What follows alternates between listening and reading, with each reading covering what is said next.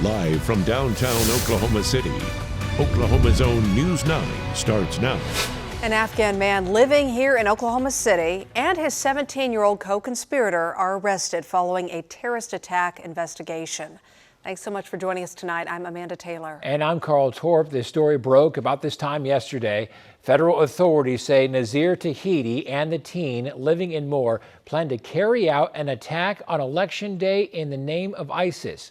Court documents say Tahiti and the 17-year-old were arrested in rural Oklahoma on Monday after buying 2 AK-47 assault rifles, 10 magazines, and 500 rounds of ammo. We have live team coverage tonight on this, getting reaction to this threat from all across the metro. News 9's Haley Wagger joining us now in studio after talking with several local groups about the suspect. Well, Carl, Amanda, several different agencies have been reacting to both Tahiti and the 17-year-old who was listed as a co-conspirator.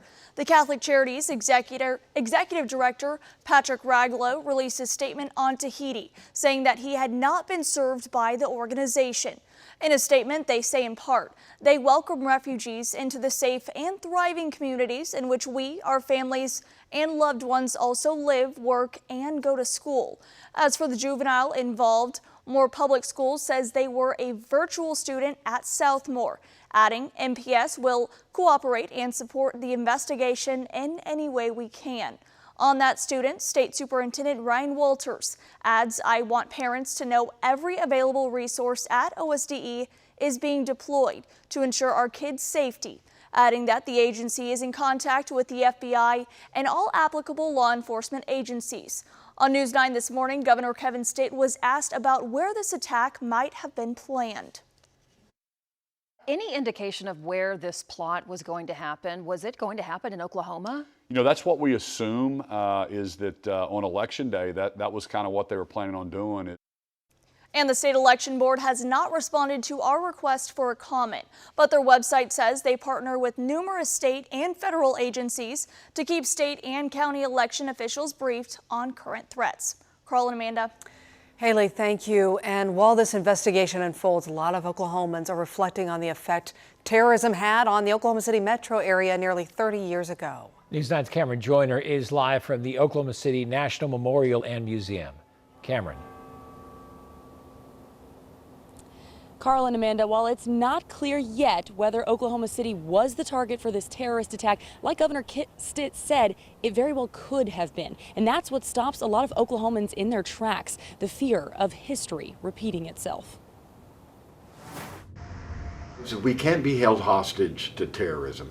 That's what terrorists want. An alleged terrorist plot foiled in Oklahoma City. These lone wolves are radicalized online. Then they make a connection with a terrorist organization like ISIS, who says, go ahead and do the attack. Mike Betcher is a former network correspondent who spent decades covering conflict in the Middle East. But he's also a native Oklahoman. Oklahomans in general, because of the 1995 bombing, are very attuned to any type of terrorism or terrorist threat. A threat like this hits home after the 1995 terrorist attack on OKC's Murrah Federal Building that killed 168 people. And I think what we learned in 1995, now almost 30 years ago, is we're stronger when we're together. Carrie Watkins is the director at the Oklahoma City National Memorial, currently out of the country to speak at a national conference for victims of terrorism. I think about how hard we've worked to create this safe space at the memorial where people can come and teach and to remember. We don't want to do this again. We don't want to live through this again. We do not want terrorism to become a normal act for us. Watkins and Betcher both applaud local and federal law enforcement for keeping Oklahomans and Americans safe. What incredible collaboration and work that they did help protect us once again. They've been doing this for a long, long time. The intelligence agencies are very, very good at this. The FBI is very, very good at this. Well, both say this is still an attack on democracy and hope that it doesn't keep Oklahomans from heading to the polls in November. Live in Oklahoma City, I'm Cameron Joyner, Oklahoma's own News 9. Cameron, thank you. By the way, Tahiti was appointed a federal public defender, and he is due in federal court next week for a preliminary hearing. And then new tonight at 10 o'clock right here on News 9, we'll have what we're learning about the special immigration visa process allowing Tahiti to be here in the U.S. For more reactions on his arrest, you can head right now to our website, news9.com. Team coverage in another big story, the arrest of an Afghan national and his alleged 17-year-old co-conspirator, a student at Southmore High School. They're accused of plotting a terror attack on Election Day in the name of ISIS. News 9's Sylvia Corkill joins us live from the FBI with details surrounding their takedown. Sylvia?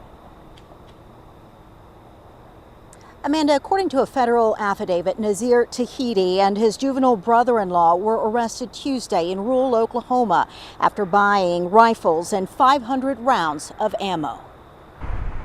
Undercover agents sold them some weapons, and we were able to piece everything together and finally take them out. According to the FBI, Nazir Tahiti and his 17-year-old co-conspirator planned to carry out an attack on Election Day, November 5th. The governor telling News 9 he believes the attack would have been carried out in Oklahoma City. That's what we assume is that on Election Day, that was kind of what they were planning on doing, is finding a big Election Day place. Like a polling place like or a something? polling place. The governor saying the duo had been under close watch for months. We've been tracking these couple guys since August, working with the FBI on surveillance. Following their arrest, the FBI raided Tahiti's OKC apartment. Neighbor Christian Robertson. Just had no idea, so it was just one of those unsettling feelings, but they got him. Robertson says Tahiti and his family kept to themselves. Never put really two and two together, I guess, because, I mean, they left us alone, we left them alone, but when they did come down, they were just real smug and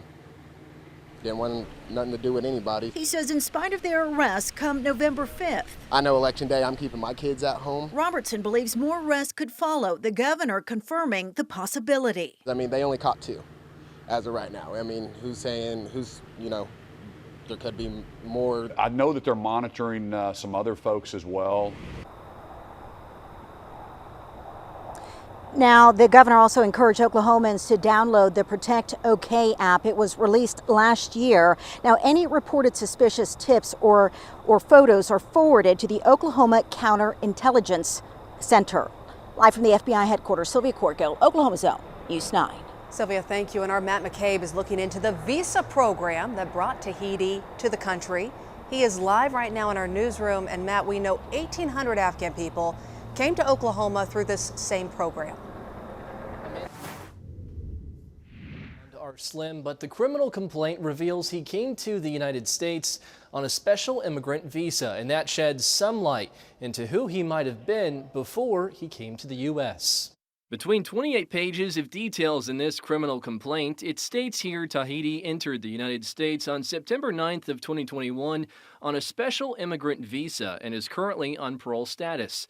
But what is a special immigrant visa? That's a question for John Metz from Norman, who retired from 20 years of service at the U.S. Department of State. This particular program that we're talking about is strictly for the interpreters, the folks who were in Afghanistan and Iraq, who were working frontline with our military out in the field, helping them navigate linguistically and also culturally. The program has existed since 2006, well before the fall of Kabul, Afghanistan in 2021. So these folks actually, ironically, considering what most people think, have been vetted more than anybody.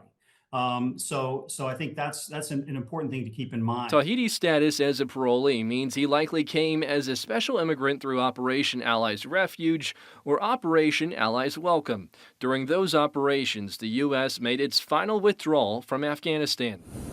As part of the special immigrant visa process, applicants have to provide a letter of recommendation from their U.S. supervisor. But Metz also notes there's no details in the complaint about if Tahiti is the principal applicant who worked with U.S. forces in Afghanistan or if he was attached to the application of a family member.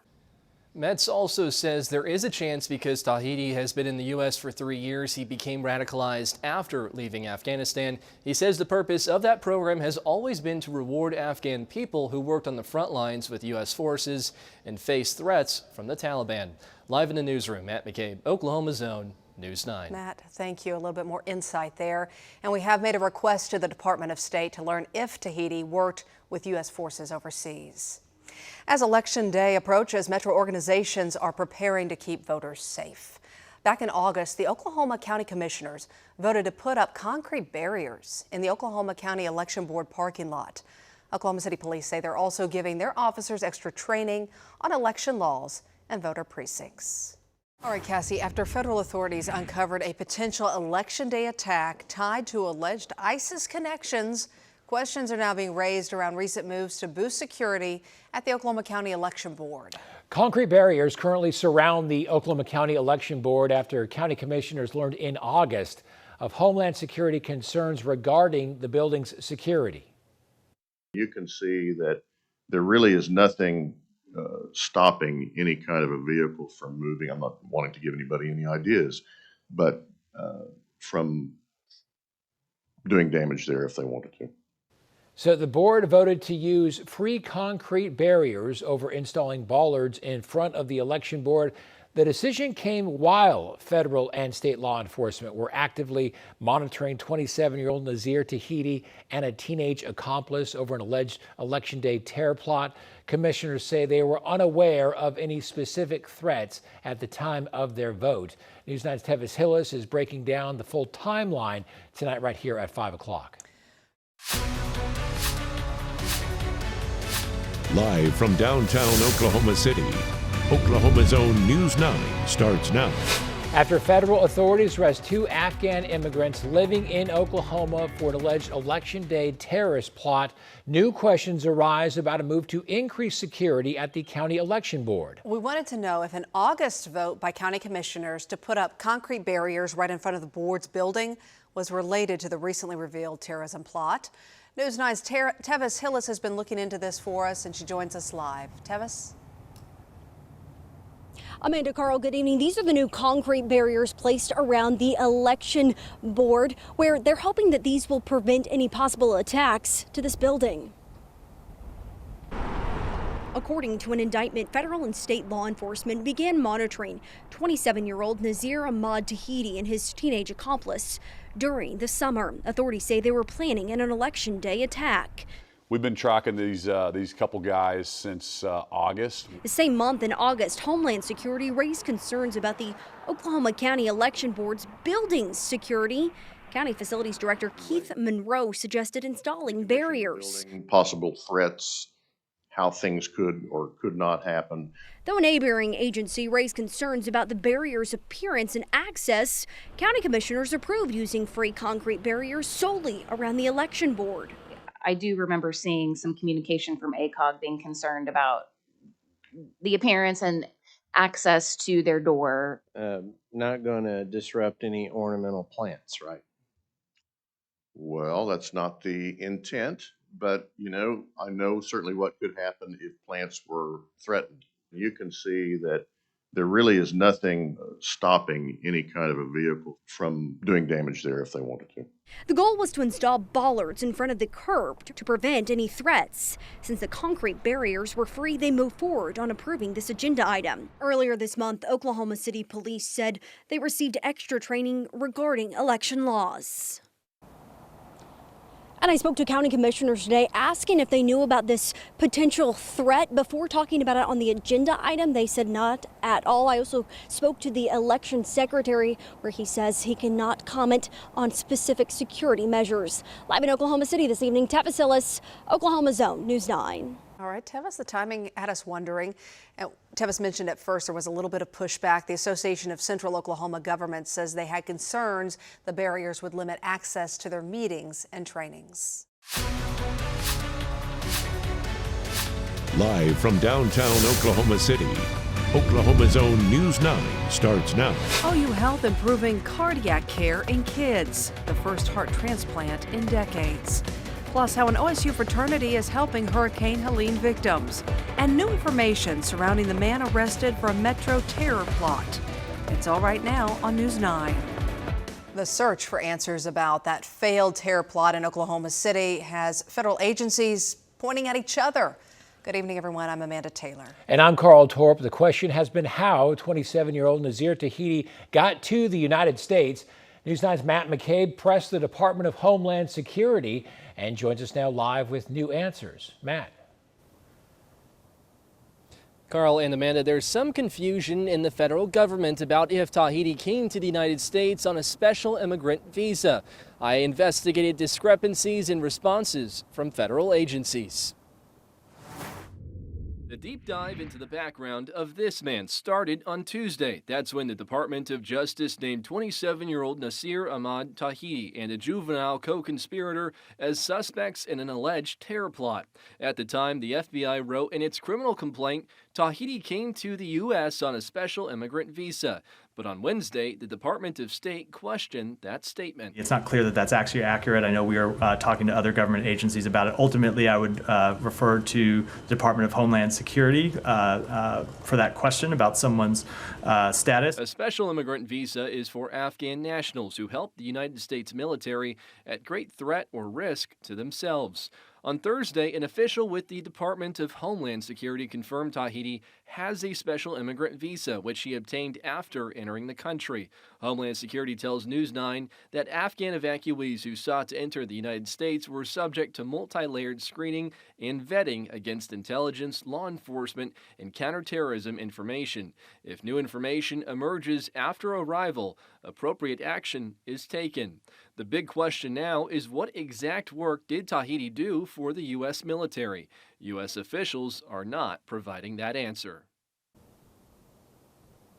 The juvenile co-conspirator also came to the United States from Afghanistan on the same visa, but in 2018, officials believe that he might have been a dependent attached to a family member's application. Reporting live in Oklahoma City, Matt McCabe, Oklahoma's Own, News 9. Matt, thanks for your reporting. There are only a few public cases of certified special immigrants facing terrorism charges. That includes the 2009 arrest of 2 Iraqi nationals who came to the United States through a similar program.